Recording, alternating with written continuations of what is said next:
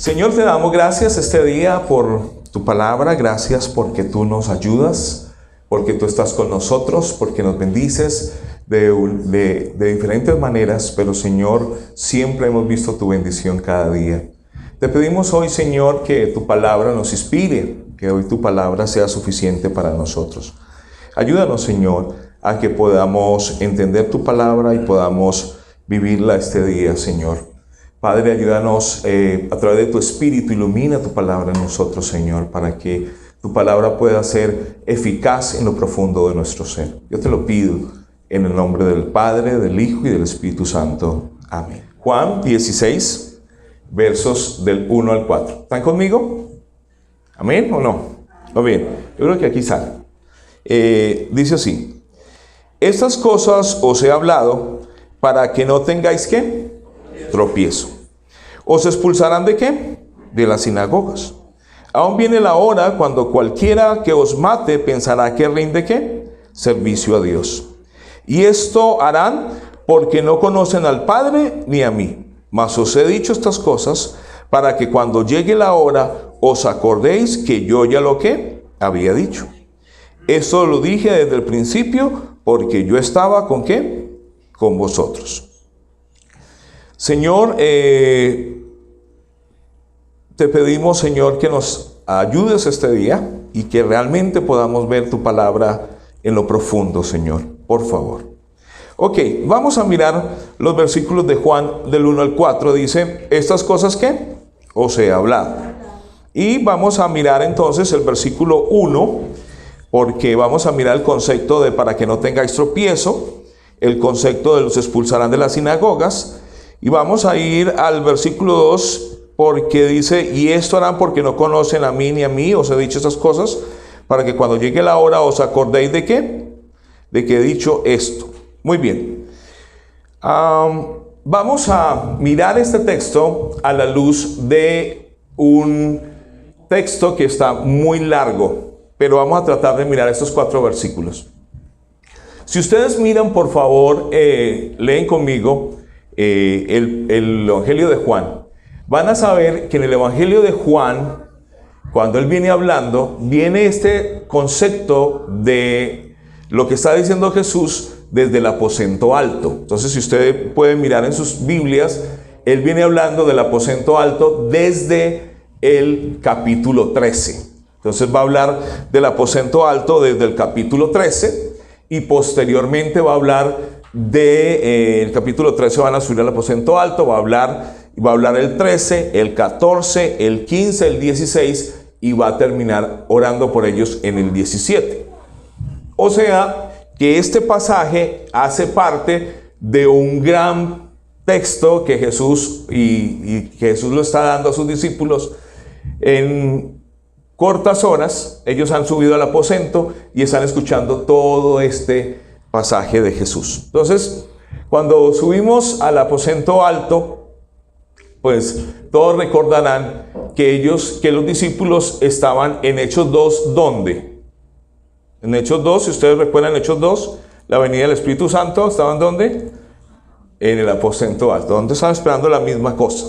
Ahora, ¿por qué es importante que podamos entender eso? Porque Jesús en el versículo 5 de este pasaje le va a decir, os conviene que yo ¿qué? Me vaya. Y va a hablar del Espíritu Santo.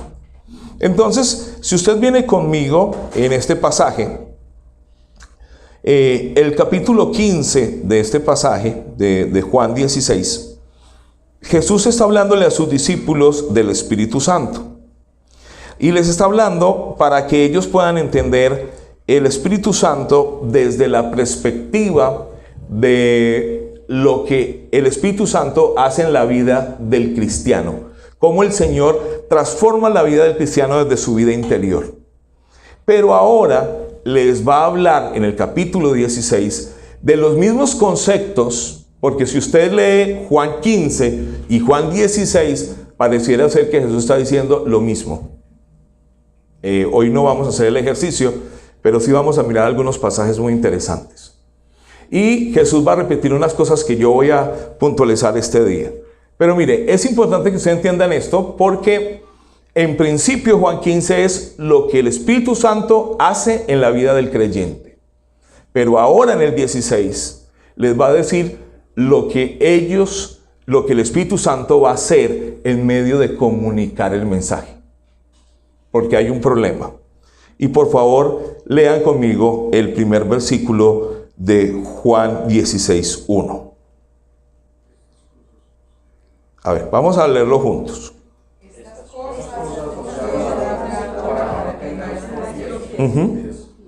Y 2.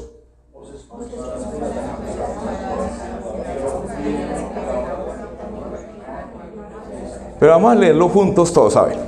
Estas cosas os he hablado para que no tengáis ¿qué? Tropiezo. Os expulsarán ¿de dónde?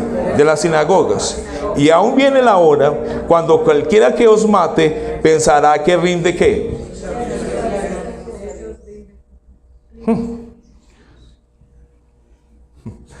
Ahora les voy a contar un pasaje muy complicado. Y mire con lo que comienza.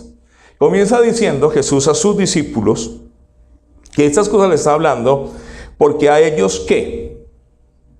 Juan 16:1. ¿Qué les va a pasar?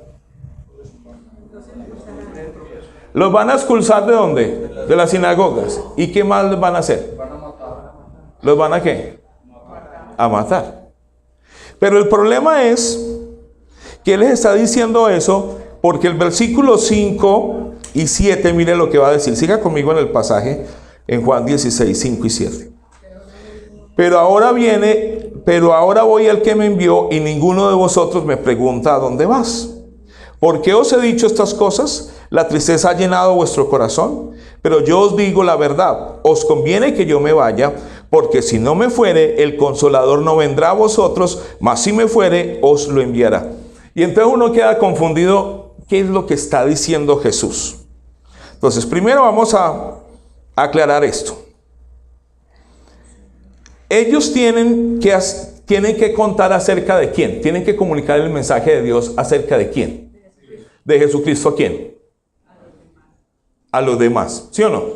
Porque ahora aquí Jesús, después del 17, va a ir a la cruz, después va a ser resucitado, la ascensión y va a subir al cielo. Eso lo sabemos nosotros porque ya hemos leído Hechos, ¿sí o no? O sea que todavía aquí no ha llegado ¿a dónde? A la cruz.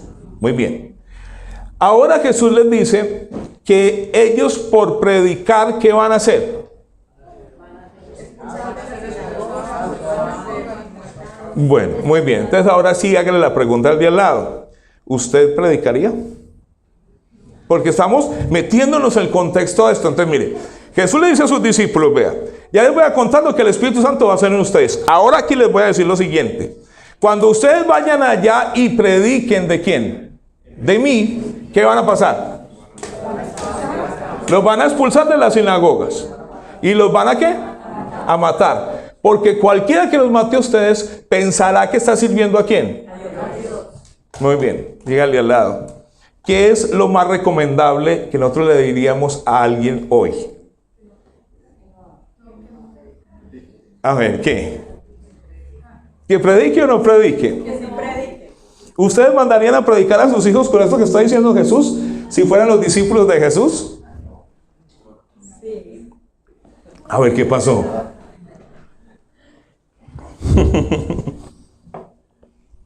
Recuerden que Jesús le está diciendo esto a sus discípulos y les va a decir, vean mis queridos discípulos, cuando ustedes vayan a contar de mí, ¿qué? Los expulsarán y los van a matar. La pregunta es, ¿ustedes harán eso?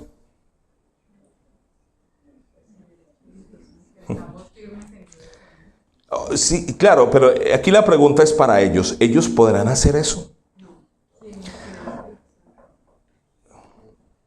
Precisamente esa es la idea.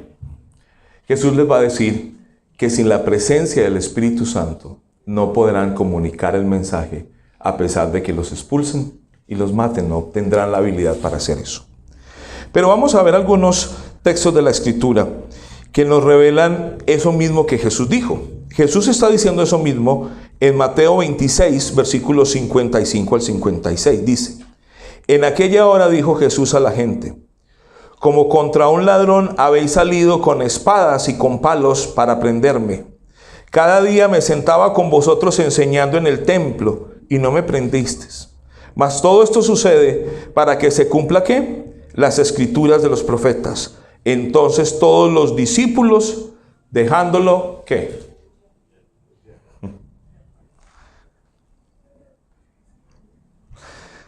Eso solamente está pasando en el 26, en el Mateo 55-56.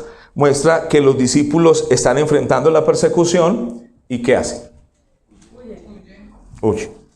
Y entonces, ¿cómo fue que el evangelio llegó hasta nosotros?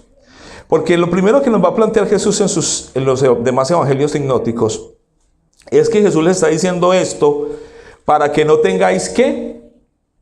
La idea es no tener tropiezo. ¿Y por qué la idea de no tropezar?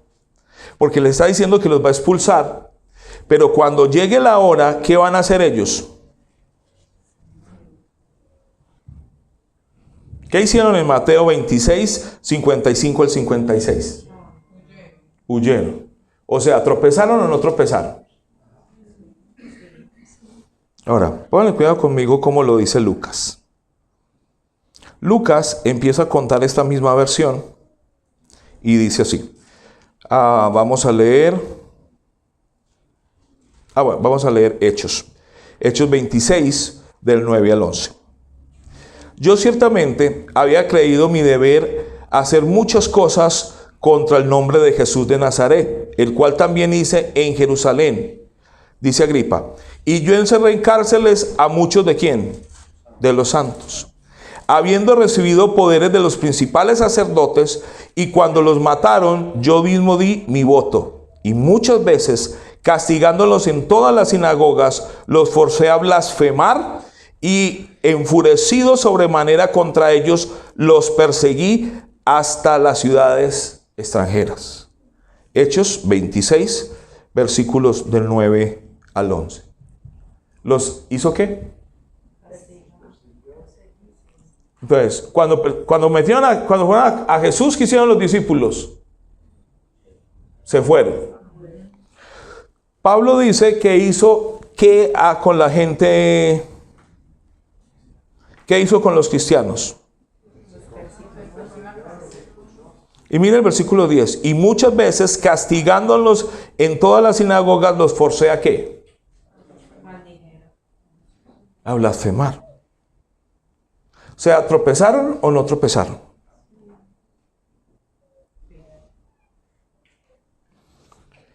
Gálatas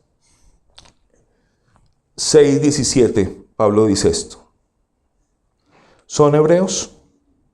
Yo también. ¿Soy israelita? Yo también. ¿Son descendientes de Abraham? También yo. ¿Son ministros de Cristo? Como si estuviese loco hablando, yo más. En trabajos más abundantes, en azotes sin número, en cárceles más, en peligro de muerte muchas veces. De los judíos 5 veces he recibido 40 azotes menos 1. 3 veces he sido azotado con varas, 1 vez apedreado, 3 veces he padecido naufragio, 1 noche y 1 día he estado como náufrago en alta mar, en caminos muchas veces, en peligros de ríos, peligros de ladrones, peligros de los de mi nación, peligros de los gentiles, peligros en las ciudades, peligros en el desierto, peligros en el mar, peligros entre falsos hermanos, en trabajo y fatiga, en muchos desvelos, en hambre y en sed, en muchos ayunos, en frío y en desnudez. Eso lo dice Pablo, Gálatas capítulo 6, versos del 17 en adelante. Pablo primero perseguía y hacía blasfemar ¿a quién? A los cristianos. Ahora Pablo está diciendo que lo que ellos recibieron, ¿el qué? Lo está recibiendo. Entonces, Pedro dice una cosa más interesante todavía en 1 de Pedro 4, 12 al 13. Amados, no os sorprendáis del fuego de prueba que os ha sobrevenido, como si alguna cosa extraña os aconteciese, sino gozaos por cuanto sois partícipes de los padecimientos ¿de quién? De Cristo, para que también en la revelación de su gloria os gocéis con alegría. Primera de Pedro, capítulo 4, versículos 12 y 13. Ahora, Jesús dijo que ¿qué es lo que iba a pasar con sus discípulos? Que los iban a perseguir, ¿por qué? Por comunicar el evangelio. Ahora, esa comunicación ya vemos que cuando aparece Jesús, los discípulos ¿qué hicieron? Se huyeron. Ya Pablo hizo que otros blasfemaran, pero cuando Pablo fue traído al cristianismo, ¿qué le tocó? Padecer lo mismo, ¿sí o no? ¿O no padeció lo mismo? Sí. Y Pedro ahora dice que nosotros debemos sentirnos gozosos cuando nos sintamos partícipes de los padecimientos de Cristo. Entonces pareciera ser que el evangelio es ¿qué? La predicación del evangelio es ¿qué? Un padecimiento. Ahora, si predicar el evangelio produce padecimiento, porque ya Pablo dijo que había recibido ¿qué? Azotes, hambre, ayuno. Entonces, la pregunta es, ¿realmente uno quiere predicar el evangelio si está comprobado en el Nuevo Testamento que predicar el evangelio produce ¿qué? Azotes, persecución y muerte? Eso es como cuando uno quiere sufrir, ¿sí o no? Y entonces usted me va a decir, pastor, ¿y entonces por qué estamos predicando del sufrimiento? Porque pareciera ser que todos estos textos hablan de ¿qué? Que cuando uno predica, cuando ellos predicaron, ¿qué pasó? Sufrieron. Que fueran masoquistas, ¿sí o no? Porque así dice Mateo. Bienaventurados sois cuando por mi causa ¿qué? Os vituperan y ¿qué? Y os persiguen. Entonces, el problema y el asunto es el siguiente. Es que la predicación del evangelio debe producir ¿qué? Según estos textos y según Jesús, cuando usted predica el evangelio, ¿qué debe acontecer? ¿Sí o no? Ok. Entonces hay una reflexión para nosotros. Si eso es así, ¿verdad? Entonces, ¿por qué el evangelio de hoy que predicamos a la gente le cae qué? Bien. Y la gente se siente contenta de que nosotros le prediquemos el evangelio. Cuando el evangelio lo que produce es ¿qué? Persecución a quien lo enseña. Entonces tiene que haber un problema. Puede ser que tal vez nosotros no estamos predicando el evangelio que debemos predicar. Porque si todos estos predicaron el evangelio y les produjo padecimiento y persecución, quiere decir entonces que la reacción normal de una persona no cristiana y que es pecadora al escuchar el evangelio debe producir ¿qué? Persecución. O sea que la vida del creyente debe caerle mal ¿a quién? Al no creyente. Y yo hoy quiero predicar de cómo nosotros debemos entender la esperanza en medio de la persecución. Porque uno de los problemas que tenemos nosotros es que hemos predicado un evangelio que pareciera ser que no produce persecución. Pero mire, cuando usted tiene hijos que van todos los domingos a la iglesia, ¿no creen que hay familias que no les gusta que usted lleve a sus hijos a la iglesia? ¿Sí o no? Sí. Es más, yo recuerdo que mi papá, todos los domingos, yo quería jugar fútbol y he sido aficionado por el fútbol y todavía soy aficionado al fútbol, pero mi papá siempre decía que a la iglesia había que ir el domingo. Y yo me inventaba unos partidos el domingo, porque había unos equipos, nosotros jugábamos en el barrio y jugábamos unos contra otros y jugábamos en equipos y yo iba el domingo y un domingo inventé jugar un partido. Y entonces dije, me voy a jugar el partido porque es domingo y entonces yo voy a ir y ok, y entonces hice todo para ir. Y entonces me fui, papá dijo, listo, lo dejó ir a jugar hasta las 10. Usted sabe que a las 10 nos vamos para la iglesia. Y yo no, yo me fui a jugar y era como las 10:10 y yo no veía que llegaba mi papá ni nada. Entonces yo estaba feliz y dije, ya hoy no fui, ¿qué? A la iglesia. Pero mi papá siempre ha tenido esa habilidad de caminar y de decir lo que hace y cumplirlo. Entonces mi papá subió y llegó hasta la cancha. Y yo estaba dentro del partido. Y mi papá levantó la mano al reloj y dijo, ya son las 10:10, nos vamos.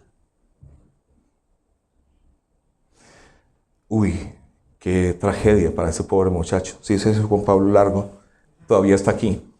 Y yo tuve que salirme del partido e irme para donde. El problema es que no me dejó ni ir a bañarme ni nada, así sudado como estaba, dijo vamos para la iglesia, porque fue su elección de venir a jugar y usted sabe que los domingos vamos a la iglesia. Eso no le cayó bien a mi equipo, ni al director de mi equipo, donde yo jugaba. Entonces adivina dónde me pusieron. En la banca. Y yo me gané la banca de mi equipo por mi papá. Pero eso que hizo mi papá me salvó en la vida. Entonces, lo que yo quiero que ustedes piensen es que nosotros hacemos cosas que a la gente no les parece bien. Nosotros les enseñamos a nuestras hijas que se deben casar vírgenes. Les enseñamos a nuestros hijos que deben honrar al Señor. Les enseñamos a nuestros hijos a ir el domingo a la iglesia. Les enseñamos a nuestros hijos a estar comprometidos con la iglesia. Nosotros estamos comprometidos con la iglesia. Y entonces la gente no ve eso ¿qué? Bien. No ven bien cuando usted un fin de semana no toma con ellos. No ve bien cuando su forma y su vida familiar hacen que la gente no se sienta bien. O sea, que nuestra vida normal como creyentes va a producir ¿qué? Incomodidad a los otros que viven cercano a nosotros. ¿O no? O sea, nosotros no somos un punto de acuerdo para la gente. Y eso es complicado en esta cultura. Porque nos llaman a nosotros intransigentes porque nosotros no negociamos lo que la Biblia dice. Entonces, el evangelio como tal y la predicación del evangelio como tal deben producir ¿qué? Incomodidad a otros. Ahora, la pregunta es, cuando eso produce incomodidad a otros, pues lo que va a crear es una situación adversa ¿de quién? De dolor hacia quién? Hacia nosotros. Porque cuando uno vive en una cultura donde uno se vuelve incómodo al otro, usted tiene dos maneras de arreglar eso. Una, siendo lo que la Biblia dice que usted sea, o la segunda, hacer ¿qué? Acomodarse a los otros para que los otros ¿qué? Se sientan bien. Y nosotros tenemos dos tendencias, o una, o acomodar el evangelio para que ellos se sientan bien, o dos, seguir diciendo lo que el evangelio dice, aunque el otro se sienta ¿qué? Incómodo. La pregunta es, ¿qué vamos a hacer? Y por eso Jesús coloca arriba de Juan 16 esa palabra, para que no tengan ¿qué? Tropiezo. Porque ustedes deben saber que el anuncio del evangelio debe producir ¿qué? Persecución e incomodidad al que no ama al Señor. O sea, usted debe crearle incomodidad al pecador. Y se me dice, ¿cómo así? Sí, muy sencillo. El no pecador coge y ¿qué? No hace una fila. ¿Y usted qué hace? Tampoco, pastor, nos vamos a la fila. ¿Qué hacemos? Noten, y si usted empieza a pensar en toda su vida, los no cristianos hacen una cosa y usted ¿qué? Otra. Y eso le provoca incomodidad a sus compañeros, a un poco de gente y a la gente que le rodea. Y es más, usted le provoca incomodidad a sus hijos, ¿o no? Porque un papá que ama al Señor hace sentir incómodos a sus hijos.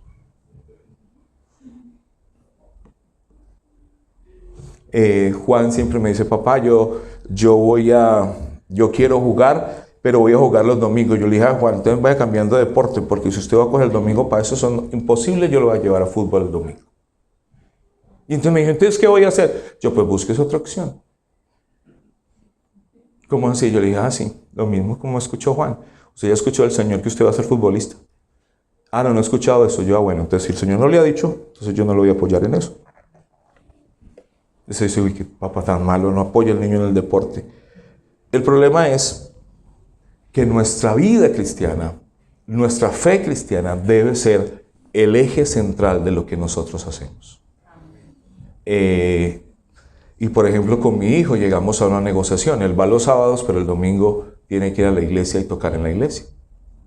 Y eso no es negociable.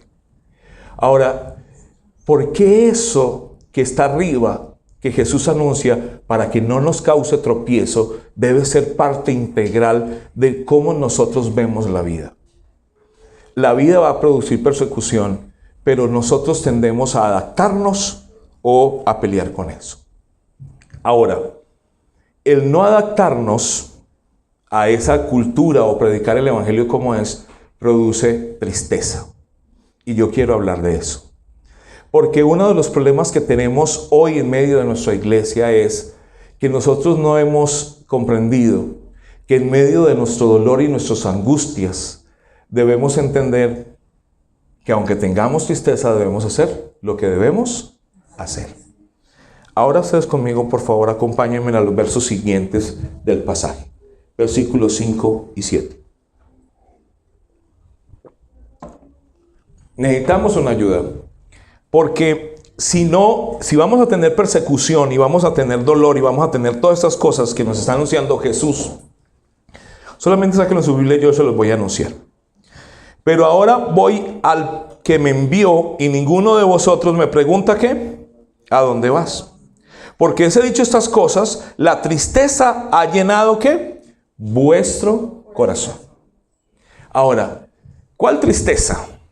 Y Jesús está diciendo que Él les ha dicho que se va y ninguno ¿qué? Ninguno les ha ¿qué? Preguntado a dónde va. Muy bien. Empezamos con las tensiones de este pasaje. Por favor, alguien que nos ayude a mirar Juan 13:36. Juan 13:36. ¿Qué dice Juan 13:36?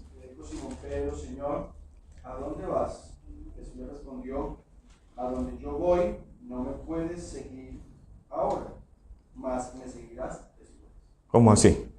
¿Cómo es que está diciendo el pasaje? Lean el pasaje conmigo. El 6:16:5. Pero a donde voy, al que me envió, ninguno de vosotros ¿qué? Me pregunta ¿qué? Está diciendo Jesús que nadie le ha preguntado ¿qué? Pero Juan 13:36 está diciendo que ¿qué? Pero no solo una vez. Ahora vamos con la siguiente. Juan 14:5. Le dijo Tomás, Señor, no sabemos a dónde vas. ¿Cómo pues podemos saber el camino? Entonces, ¿le han preguntado a dónde iba o no? Y entonces, ven que por eso el aposento alto se lucha con todas estas tensiones. A Jesús sí le han preguntado. Pero Jesús está diciendo que nadie ¿qué? Le ha preguntado ¿qué? ¿A dónde vas? Porque os he dicho estas cosas, la tristeza ha llenado ¿qué? Vuestro corazón.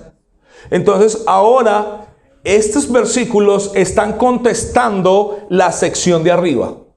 Lo que Jesús está diciendo es que cuando Él les dijo que predicar el evangelio iba a causar ¿qué?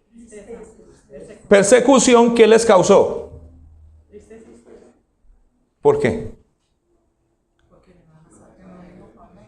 ¿Porque no iban a estar con Él o porque los iban a matar? ¿Cuál es la tristeza aquí?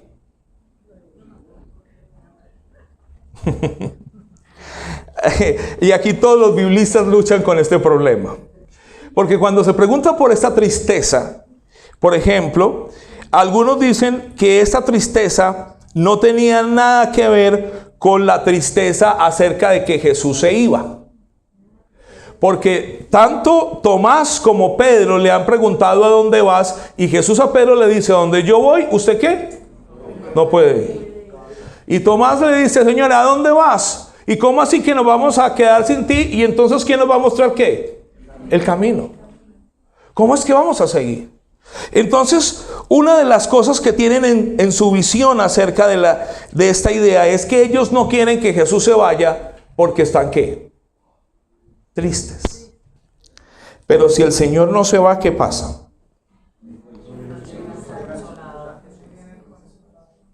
Pero es que hay otra cosa que ustedes tenemos que pensar en el pasaje y mirarla. ¿Jesús ya ha ido a la cruz del Calvario? No. Espera un momentico. Si Jesús no se va, ¿qué es lo que no se ejecuta? La muerte de Cristo. Exacto. El plan redentor. Porque Jesús todavía en Juan 16 no ha ido ¿a dónde? A la cruz. ¿Qué le falta? Tiene que ir a la cruz, tiene que morir para traer ¿qué? Redención y salvación. O sea, que a todos nosotros, si estuviéramos que votar en este pasaje, ¿qué es lo que tenemos que votar? Si estuviéramos en medio de los discípulos, que Jesús se fuera ¿a dónde? A la cruz. Pero Pedro está diciendo: si tú te vas, entonces, como dice Tomás, ¿quién nos va a enseñar el camino? ¿A dónde vamos? ¿Qué querían ellos? Que no se fuera. Noten que cuando Jesús le dijo a Pedro que él iba a morir en la cruz del Calvario y que era necesario que él diera su vida por muchos, ¿qué le dijo Pedro? Tal cosa no hagas. ¿Y se acuerdan Jesús qué le dijo? Apártate de mí, Satanás. El dolor en nosotros puede causar una tristeza que nos puede llevar al tropiezo. Ahora, ese dolor que está en medio de sus discípulos es que ellos no quieren que Jesús vaya ¿a dónde? A la cruz del Calvario. Pero lo que tiene que pasar es que Jesús tiene que ir a la cruz del Calvario, porque si no va a la cruz del Calvario no hay un concepto de redención para nosotros. Entonces, lo que debe pasar en este pasaje es que Él vaya. Pero, como dicen algunos biblistas, el corazón de la tristeza de ellos es una tristeza que están pensando ¿en quién? En ellos. ¿Y a cuántos de nosotros, como los discípulos, nos ha causado una tristeza que solamente piensa en sí mismos? Y este es el problema de la comunicación del Evangelio. Y déjenme asociarlo hacia la parte de arriba. ¿Es verdad que nos van a perseguir? Sí. Pero si usted se mira tanto a sí mismo como la persona que no quiere que le cause ¿qué? Dolor y sufrimiento, ¿qué? La predicación del Evangelio. Entonces, ¿usted qué hace? No predica el Evangelio. Y entonces tenemos cristianos que hoy se hacen llamar agentes secretos. Usted va y pregunta en la empresa donde trabaja, ¿usted es cristiano? Y dice, pues yo no sé ese señor, siempre ha estado ahí, pero nunca nos ha contado nada. ¿Verdad? La pregunta es, ¿cómo usted comunica el Evangelio donde usted está? Porque es verdad que el Evangelio va a causar persecución. Y si usted se siente triste por usted mismo, porque usted no quiere que eso pase, entonces usted va a luchar ¿por qué? Porque no sea evidente y se va a acomodar a la cultura. El problema es que Jesús por eso les está diciendo que eso de arriba no puede causar tropiezo, porque aunque ellos se sientan tristes, tienen que entender el ejemplo de Él. ¿Y cuál es el ejemplo de Él? Si usted sigue leyendo, va a llegar al Getsemaní. Y Jesús dice, ¿cómo dice? En el Getsemaní: Señor, si es posible, pasa de mí ¿qué? Esta copa. pero que no se haga ¿qué? Y ese es el verdadero sentido como nosotros debemos manejar la tristeza. El verdadero sentido de cómo nosotros debemos manejar la tristeza en la vida de nosotros es no tener una conmiseración de pobrecitos nosotros. Porque si usted no tiene un sentido que lo trasciende a usted mismo, usted queda enraizado en su propio dolor. Y lo que Jesús le está diciendo a los discípulos es, ustedes no pueden vivir en su propia angustia y quedarse a vivir en esa angustia. Por eso Jesús les está diciendo, ¿por qué no me preguntan a dónde voy? Ahora, yo creo que es importante también que pensemos en lo que Jesús va a decirles, en cuanto a lo que los va a sacar de ese problema de angustia. Jesús va a decirles que es necesario que Él se vaya, porque si Él va a la cruz, pasa a la propiciación de la cruz y el sacrificio, entonces el Consolador va a ¿qué? A venir. Ahora, si usted mira, Juan 7 del 37 al 39 dice que de su interior correrían ríos de agua viva. Entonces, y vamos a leer ese pasaje del 37 al 39 para que ustedes escuchen donde Jesús empieza a decir cómo el Espíritu Santo va a producir en la vida de la persona ríos de agua viva. Entonces, el antídoto para una tristeza que no se fija en sí misma es la obra del Espíritu Santo en la vida del creyente. Porque la obra del Espíritu Santo en la vida del creyente lo impulsa a dar testimonio y a testificar de Jesús a pesar de que ¿qué? Que lo persigan. Ahora, vamos a ver eso. Alguien que nos lea Juan 7, versículo 37 al 39. En el último y gran día de la fiesta, Jesús se puso de pie y alzó la voz diciendo: si alguno tiene sed, venga a mí y beba. El que cree en mí, como dice la Escritura, de su interior correrán ríos de agua viva. Esto dijo del Espíritu que había de recibir los que creyesen en él. Pues aún había venido el Espíritu Santo, porque Jesús no había sido aún glorificado. Notan la atención que ya hay en Juan 7. La misma atención del pasaje. Juan 7 está diciendo, de su interior correrán ¿qué? Ríos de agua viva. Y esto está hablando del Espíritu ¿qué? Santo, que vendría en la vida de ellos, pero que eso se haría posible ¿cuándo? Cuando Jesús fuera y cuando viniera en ellos ¿qué? La vida del Espíritu Santo. Entonces, una persona transformada por el poder del Espíritu Santo es de su interior ¿qué hace? ¿Qué ocurre? ¿Corren ríos de qué? De agua viva.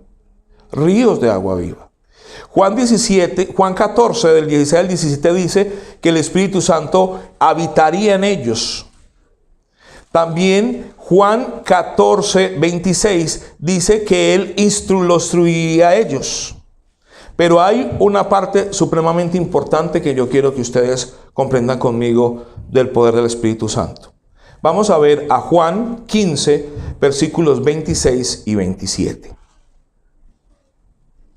Juan 15, 26 al 27. Alguien que nos ayude a leer Juan 15. Pero cuando venga el Consolador, a quien yo os enviaré del Padre, el Espíritu de verdad, el cual procede del Padre, me dará testimonio acerca de mí. Y vosotros daréis testimonio también, porque habréis estado conmigo desde el principio. Ok, por favor abran todo el versículo ese, porque esa es la predicación de este día. Juan 15, 26 al 27 está diciendo esto. Cuando venga el Espíritu Santo, le dará testimonio de quién. ¿De quién? ¿De quién?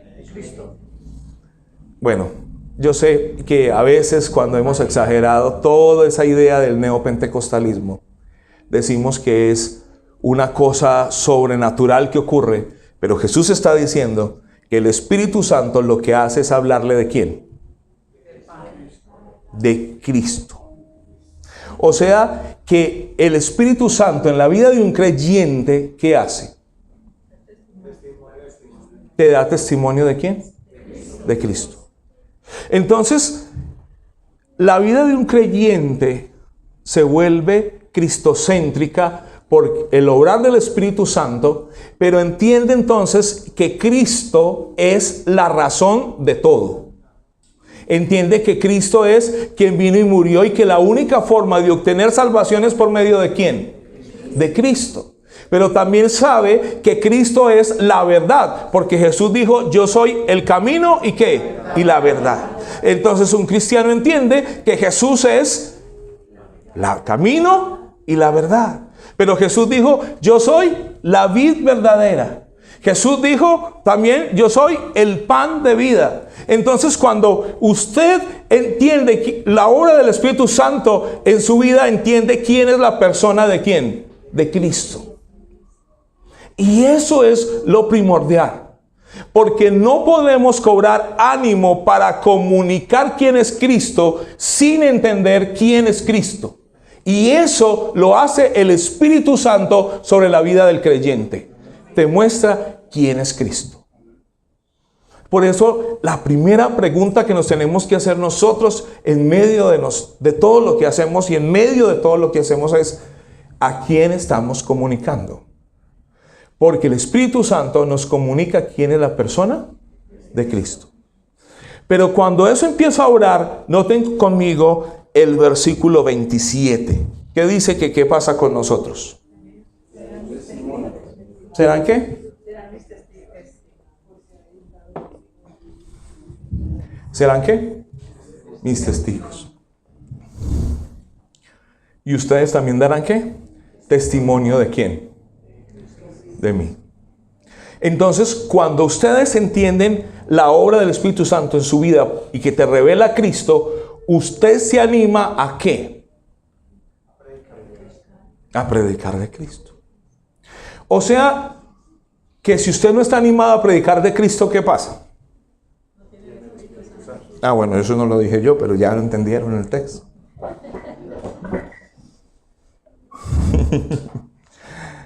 Y a mí me preocupa eso. Porque nosotros, ¿qué hemos dejado de hacer? ¿Por qué? Porque la cultura dice que eso no es tan bonito hacer. Porque la cultura nos ha dicho que no debemos predicar, que no debemos molestar al vecino, que no debemos orar por el vecino, que no debemos orar por la persona cerca, que nosotros debemos tener otro perfil. Pero Jesús, ¿a quién nos mandó? A predicar, a orar, a enseñar el Evangelio y a predicar el Evangelio en todo lugar. Pastor, eso produce un montón de problemas y Jesús ya lo dijo. Jesús está diciendo que eso produce tropiezo. Si usted no entiende la tristeza que le va a causar eso. Entonces, mis queridos hermanos, hacemos un evento y nos persiguen. Pues es lo normal que nos debe pasar.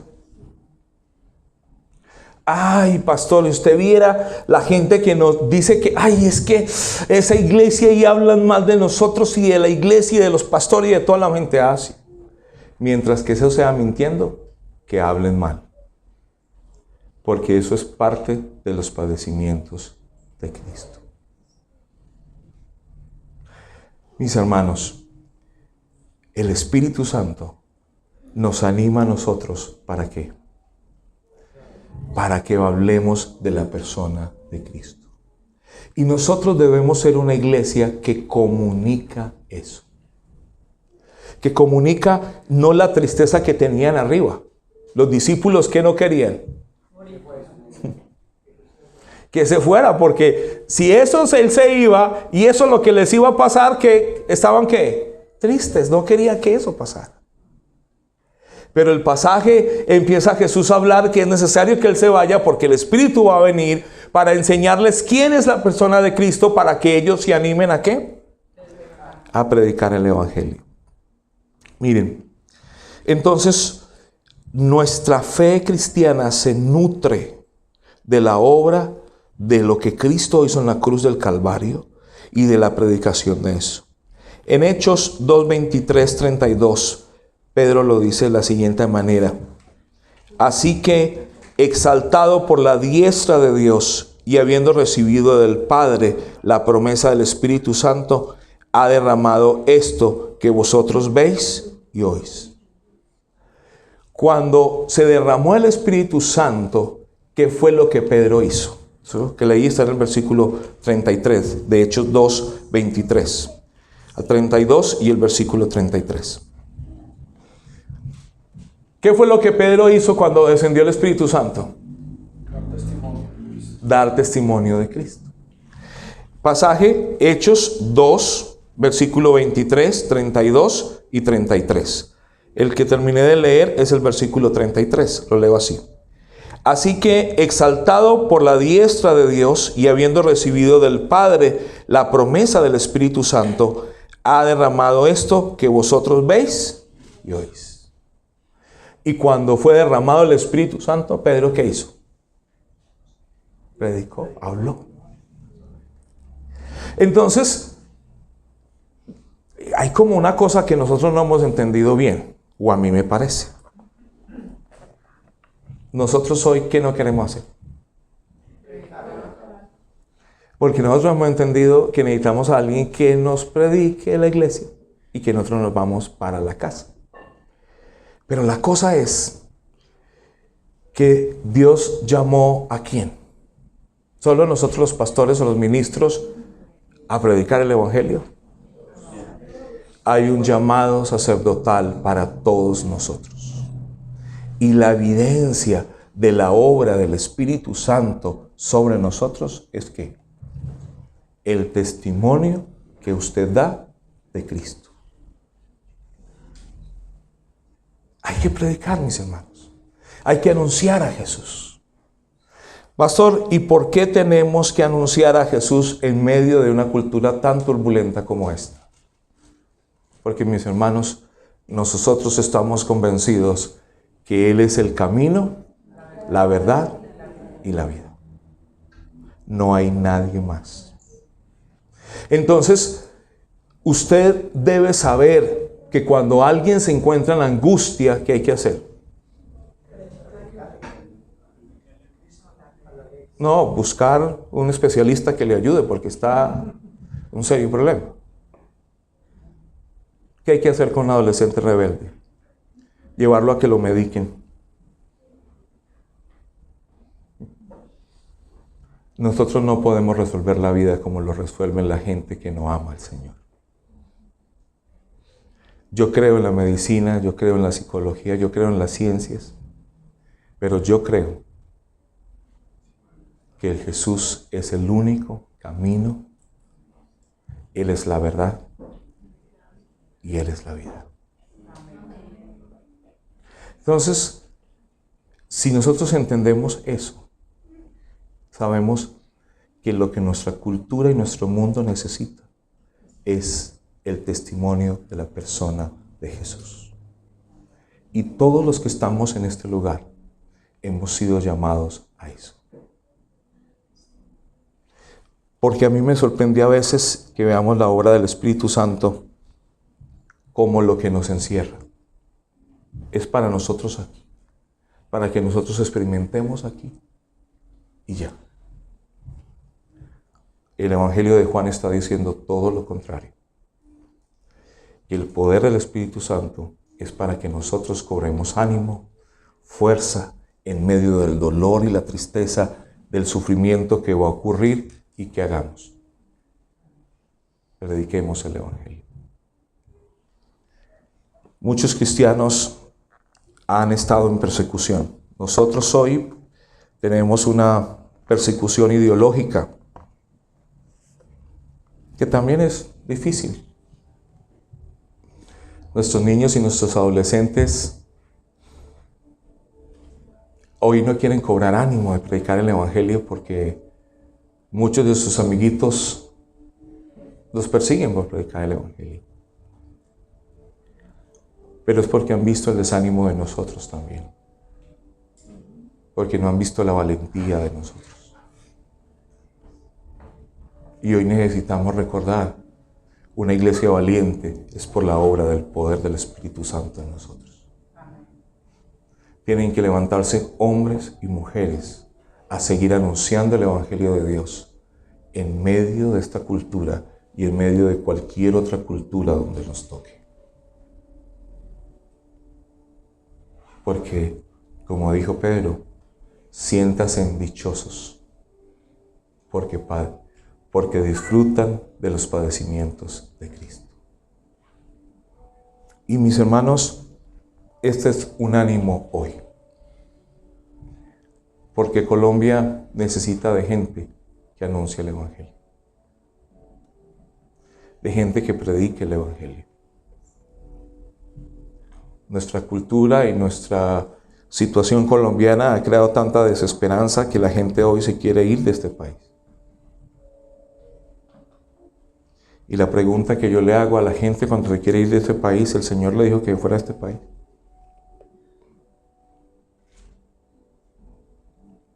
Si el Señor no te ha dicho, ¿por qué te vas? Porque nosotros vivimos bajo otro reino, bajo otras órdenes, y hacemos la voluntad de Dios. No huimos, no nos vamos, no nos acobardamos, porque su presencia va a estar con nosotros todos los días hasta el fin del mundo. Amén. Tenemos un desafío. Tenemos que comunicar el mensaje de Dios hoy más y más en medio de esta cultura.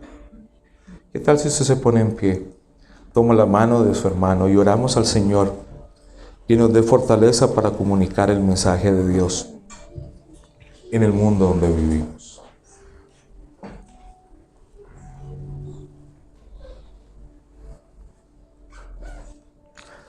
Señor, como lo que pasa en los evangelios, la muestra de la expresión humana del dolor y de la tristeza frente a nuestros propios deseos. Y cuando uno lee Juan 16, Señor, los primeros versículos, uno lee las tensiones que hay en el evangelio, pero sobre todo la experiencia humana, Señor. Porque como los discípulos, a nosotros, Señor, el futuro y nos produce desesperanza a veces. Nos da miedo las realidades que enfrentamos. Nos da miedo lo que nos pueda acontecer. Señor, y por eso necesitamos cobrar ánimo para predicar tu evangelio, Señor. Para que tu evangelio se extienda más y más, para que más congregaciones, Señor, de esta congregación surjan, Señor. Para que de esta congregación se levanten más líderes, pastores, gente que pueda predicar el evangelio y llevar el evangelio. Señor, porque el mundo de hoy necesita escuchar tu palabra y tu mensaje. Señor, aunque el ruido afuera, Señor, en medio de nuestro país, es decir, cosas, Señor, que quieren minar la esperanza, nosotros hoy estamos aquí para confiar en lo que tú has dicho, Señor. Que aún en medio de la persecución, tu Espíritu Santo vendrá, Señor, para darnos el denuedo y el poder de comunicar tu evangelio. Señor, como los discípulos, Señor, que huyeron, pero tú como viniste en la barca, hiciste comida para ellos y los volviste a recoger. Así a nosotros. Anímanos, Señor. Por favor, levántate en medio de nosotros para que podamos comunicar tu verdad a este mundo que tanto te necesita. Gracias, Señor, porque tú eres Dios. Gracias por tu Espíritu Santo, por enviar al Consolador. Y gracias, Señor, por tu promesa de estar todos los días con nosotros hasta el fin del mundo. Recuérdanos, Señor, que no vivimos solos, que no estamos solos, que tu presencia nos acompaña todos los días hasta el fin, que tú eres nuestro Dios. Te amamos hoy, Señor, por tu cercanía, por tu bondad, por tu amor incalculable, Señor, por tu amor que todos los días se derrama sobre nosotros. Y gracias por escogernos para comunicar tu mensaje y tu palabra, Señor. Ayúdanos a predicar a diestra y siniestra, Señor, y a hacer lo que tú nos has llamado a hacer. Te bendecimos y te honramos. En el nombre de Cristo Jesús. Amén y amén.